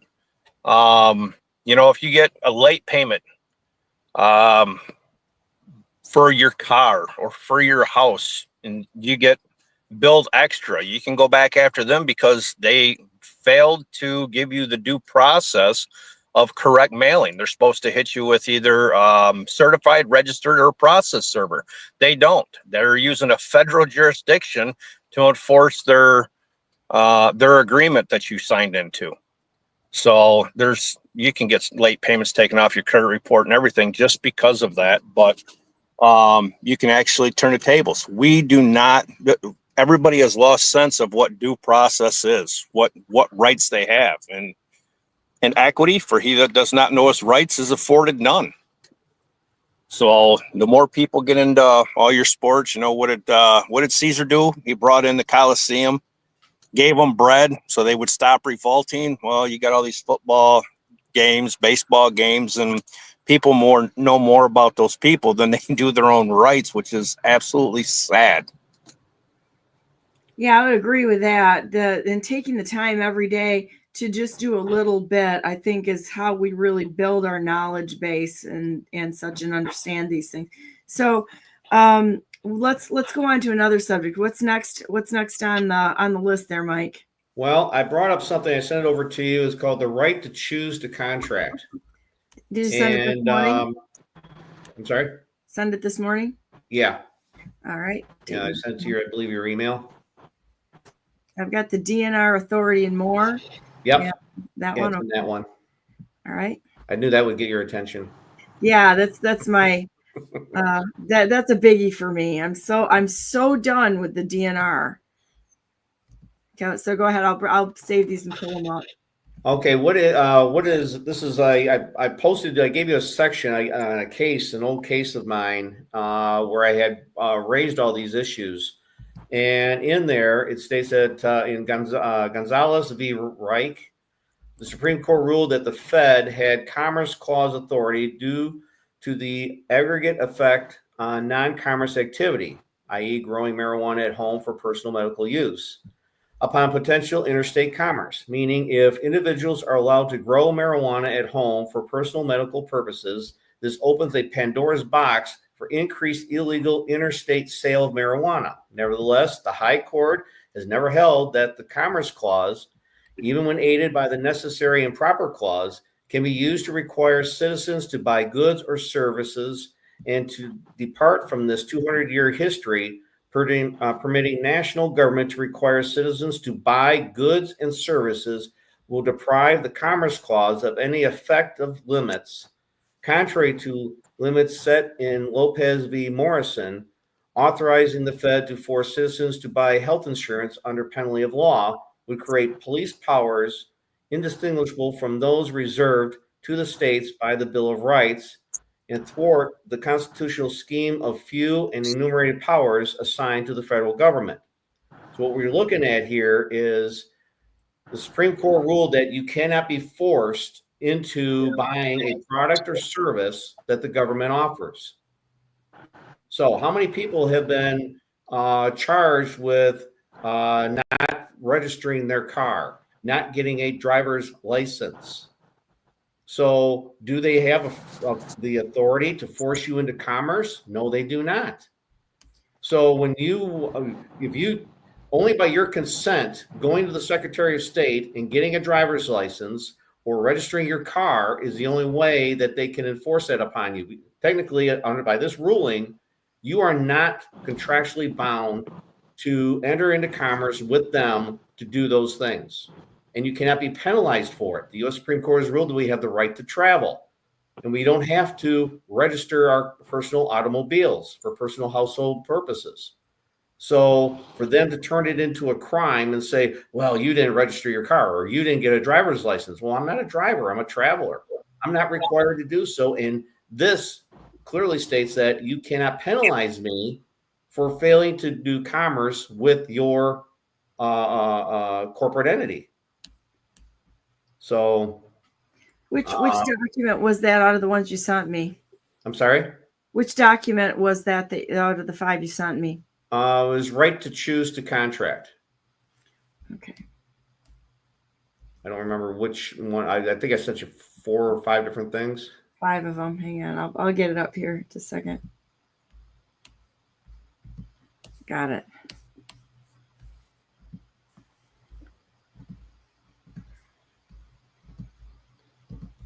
And to continue here, concurring with the majority opinion in Gonzalez v. Reich, Justice Scalia ruled that regulation of non-economic under the Commerce Clause is possible only through the Necessary and Proper Clause, but the clause establishes that the means by which laws are instituted must be appropriate, plainly adapted to that end, and are consistent with the letter and spirit of the Constitution.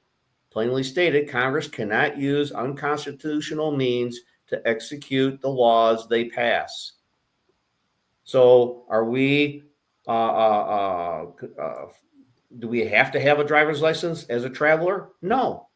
Only if you're doing commerce, if you're a truck driver, taxi driver, Uber driver, where you're doing commerce over the roads, yeah, now you need a driver's license. You're in commerce. But if you're not in commerce, you're just going to and from work, to and from the grocery store, over to a friend's house. That's traveling. You're not bound to have all this under contract law.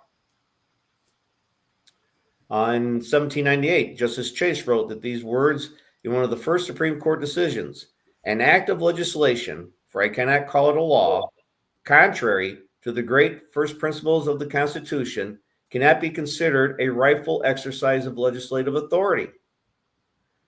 A few instances will suffice to explain what I mean. Law that takes property from A and gives it to B is against all reason and justice. For a people to entrust a legislator with such powers, this analysis applies equally to citizen subsidy that occurs through the Obamacare mandate. This, what I'm quoting here, came out of the decision by the U.S. Supreme Court regarding Obamacare, to give you a date and timeline as to when this came out. So I actually presented this in a case before the Michigan Court of Appeals. Judge Borrello of the Michigan Court of Appeals stopped me while I was going through this and said, hold on a second. I said, what's the problem? He goes, we don't talk about that century. Come again? We don't go back that far. We only go back to, I think he said sometime around the 1940s, 1950. They don't Who go made that decision? back. I'm sorry? Who made that decision for him to even say that? Exactly. Because he's by virtue of what he said, he literally negated the Constitution. Yes. And they would not allow me to bring that information forward on the record, and actually stopped me from doing so in that case. And they end up ruling against me. And I'm like, wait a minute, something's wrong here. Something's definitely wrong when you're not willing to consider and abide by the high court's rulings in cases that are older than 1940. So this is why they don't like Norton. They don't like Marbury v. Madison. That's why they don't like a lot of these things, because it doesn't go with their narrative. And their narrative is complete control and power over everybody. And that's what they want. And that's why what they're doing and trying to control in everything that we do and everything we even say. So they're using threats, duress, and coercion any way they can against us. So the Bar Association, as far as I'm concerned, is a domestic terrorist organization being funded by and through the tax dollars by way of the county commissioner's office.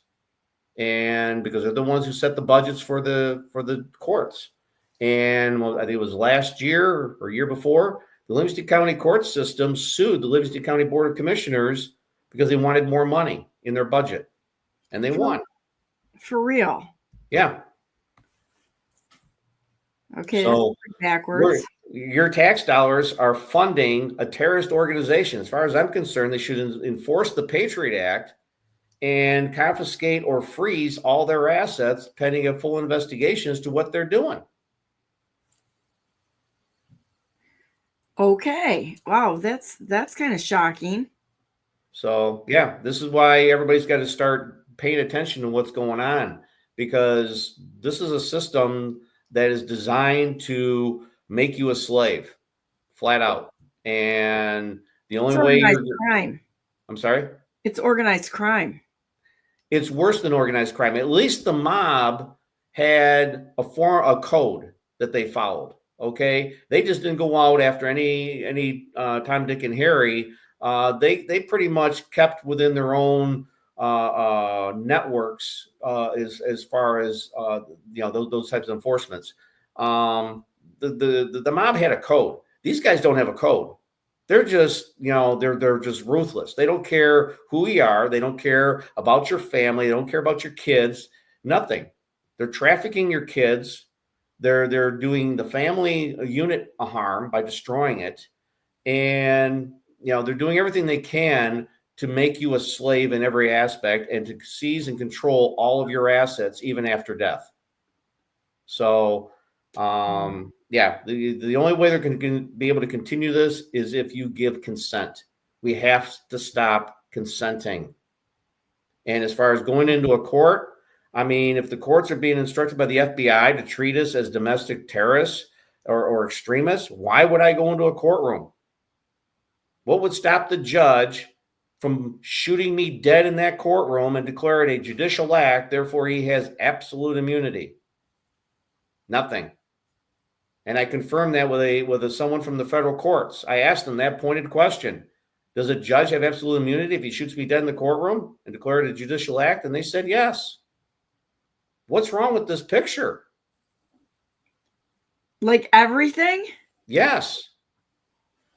Enough is enough. What did you respond to him when he said this? You know what? That I don't say anything. I let them talk. I let them talk and let them say these things, because the more I allow them to do that, the more they put their foot in their mouth, and then I can come back after them after the fact. I don't have to argue with them right then and there. I get them to say and do things they're not supposed to do, and then I'll come back after the fact. But the point of the matter is that this is their mentality. This is their mindset. This is their game plan. They don't care about us. They could care less about us because we're chattel to them. We're like a stockyard full of cattle. And if we lose one or two out of the herd, no big deal. We'll get some more. Hence why they open the borders. Yeah, I talked to a mom. One of the mom came to our meeting this past weekend, to the Constitution Party meeting, and she talked about family court and how what they did to destroy her family and her daughter. Her daughter was 4 years old when she was taken into custody. She was sexually abused. She started talking about it when she was younger. And she said, there's things that I won't even say in front of a public meeting, because she said, it's so shocking and horrifying what happened to my daughter, is what she said. And she has seen her for the past 4 years. Almost the amount of time she's seen her is just, it's incredible. I think she's got 2 hours a week of supervised care, when it wasn't her that did the abuse. It was someone else that were clearly identified. And the family court system took this child away from the entire group of them, deprived this mom the right to her daughter, and took her away under CPS. And then we had another group of speakers that came up and said, we're working with CPS to, if you have any problems, call them. And I'm like, are you out of your mind? CPS is when you start looking at these government agencies to solve problems, they're part of the problem. They're taking money, they're taking the federal money. So therefore they're a party to this organized crime that's going on, these terrorist organizations, which is really the majority of what's in our government. And I can say right now, I'm so thankful for what President Trump and a lot of the good guys that are out there that are fighting for, to try to right this stuff.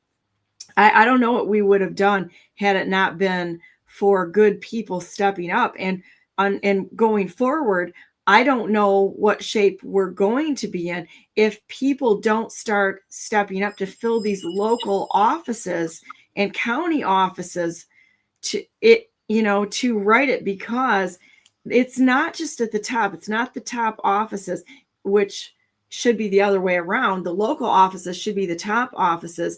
And as we go up to the larger and larger jurisdictions, they should be less and less relevant. Yeah, we need to learn how to self-govern again. People don't know how to self-govern. They don't know how to take care of their own affairs. And they are too reliant upon public functionaries to do it for them. And they provide that service. I don't have to worry about that. It's one less thing I got to worry about if they're doing it. Well, the problem is you're consenting to their authority, and now you've consented to the point now they control your life. They have taken your freedom from you by your own consent. And that's what everybody has to stop doing. I mean, you hear about millages. Millages are unconstitutional. But they've hoodwinked the people into thinking, well, we're going to give you the ability to vote on this. We're going to let you decide. Well, yeah, they're letting you decide to tax yourself so you can't blame them. So you're your own worst enemy. And the only one that can do revenue raising is the legislative branch, not the executive branch. When cops give out tickets, those security instruments, i.e. tickets, they're revenue raising through the executive branch.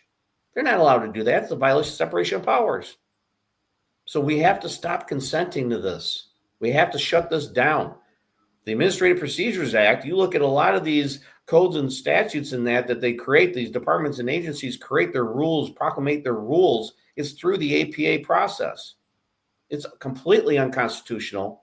It's all administrative, has nothing to do with the Constitution. And as a corporation, what's their first obligation? To their corporation, not to the people. You wonder why these public functionaries don't return phone calls, why they kind of like half listen to you and, okay, yeah, we'll look into it for you. We'll get back to you eventually, because they don't care, because their concern is their corporate body that they're attached to, whether it be at the state, local level, federal, it doesn't matter. If they're unincorporated, they're worried about their corporate position, their corporate status. Just like any CEO is head of a corporation, he's worried about what's in the best interest of the company and the stockholders.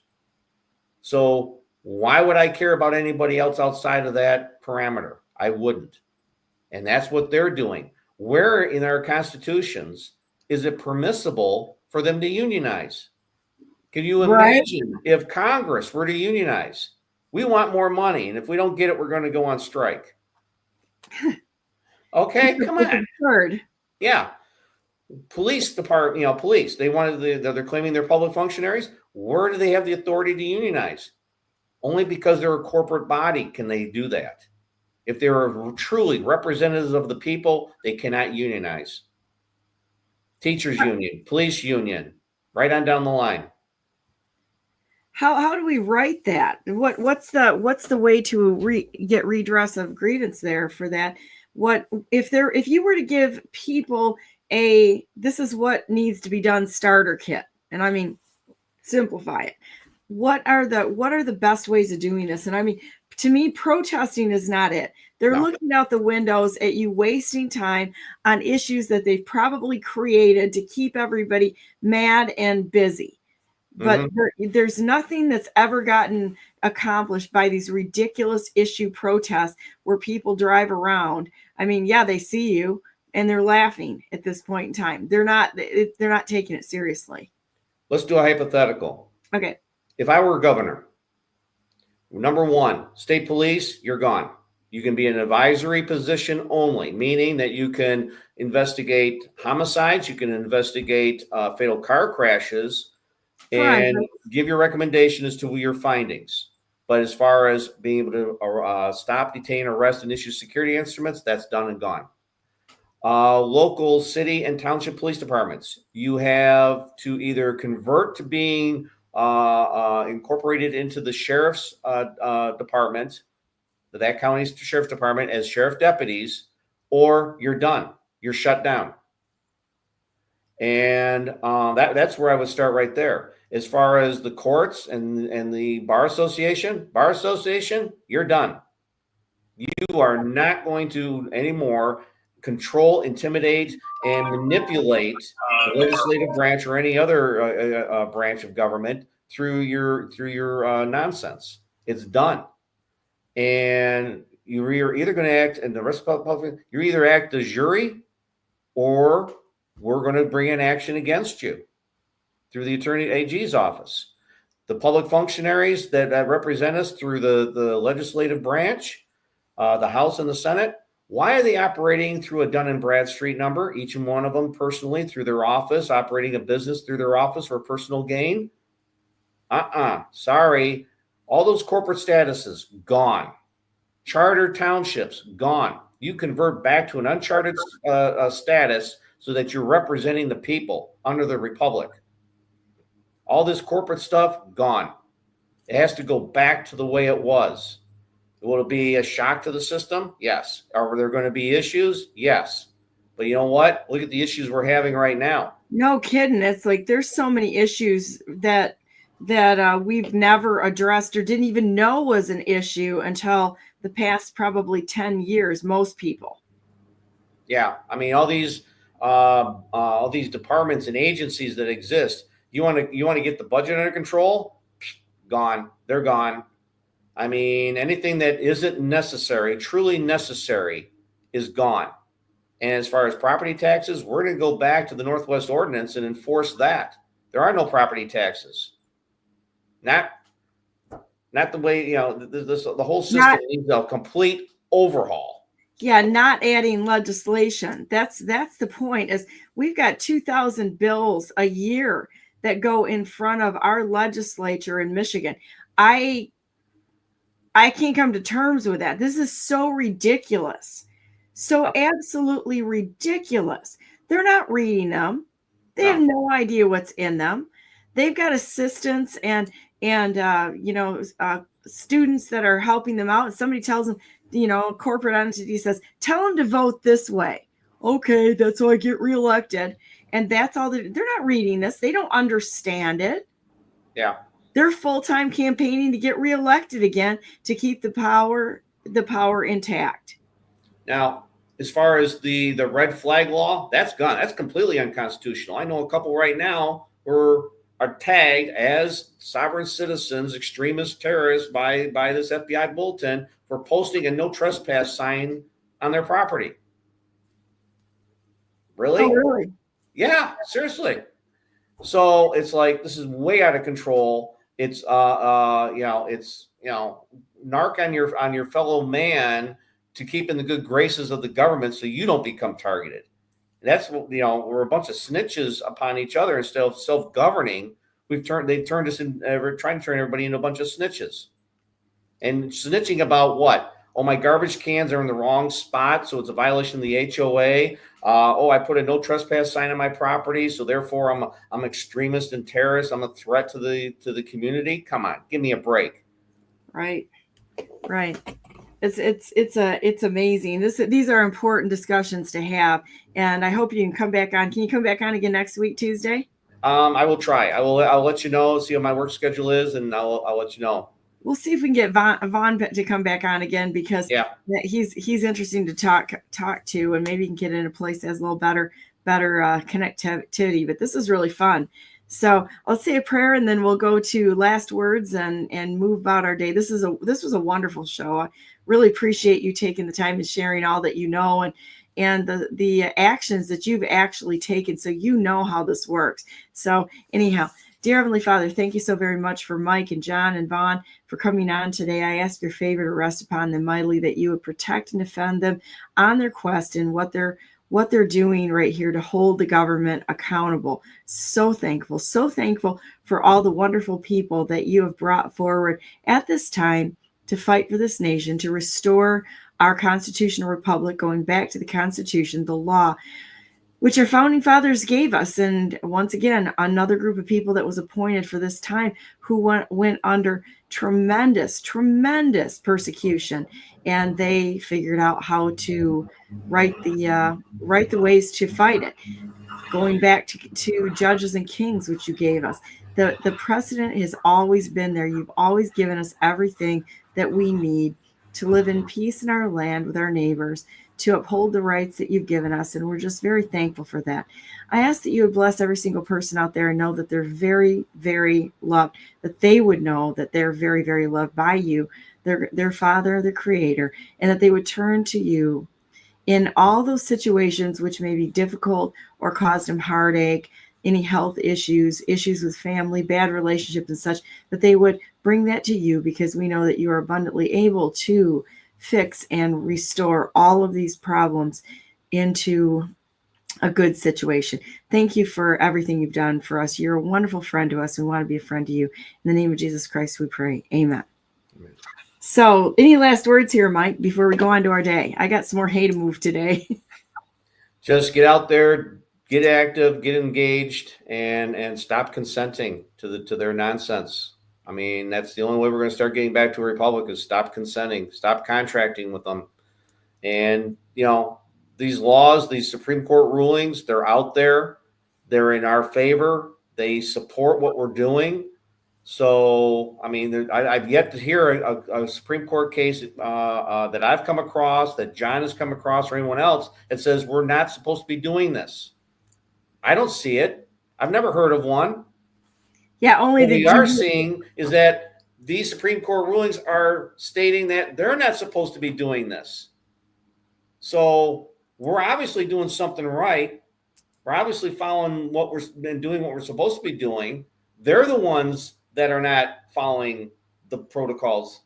So we're on the right track. Just keep engaged, keep moving forward.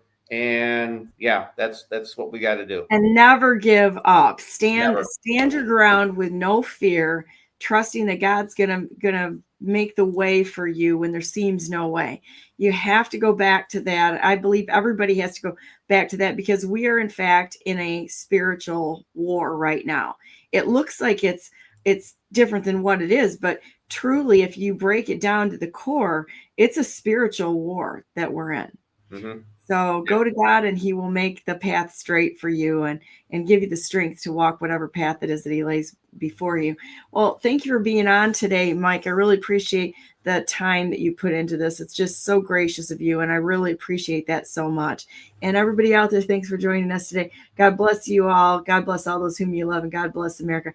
Make it a great day. Go out and smile at everybody, wave, do some positive things around here. Hug your animals. Make sure that everybody knows that they're loved and that somebody cares. That starts with an individual choice of each and every one of us. Tomorrow I will be on again with Liberty Essentials with Bill Moore, Karen the Riveter, and Ralph the IT guy, and Greg Martini, going through the law once again. We're going to continue to go through this until it's so ingrained in us that the government right now is not necessarily our friend. Now, historically, I think we've got some really good people in there that are trying to do the right thing. The people that are around President Trump, the strategy there, the good people there. I'm so thankful for each and every one of you, and you all know who you are. We know who you are too, even though you haven't gotten a lot of thanks for what you're doing. But thank you to every single person that has fought in this war that we're in, this information war, as well as a spiritual war we're in. Thank you for each and every one of you. We'll see you tomorrow. Have a great day. Stay on the line, Mike.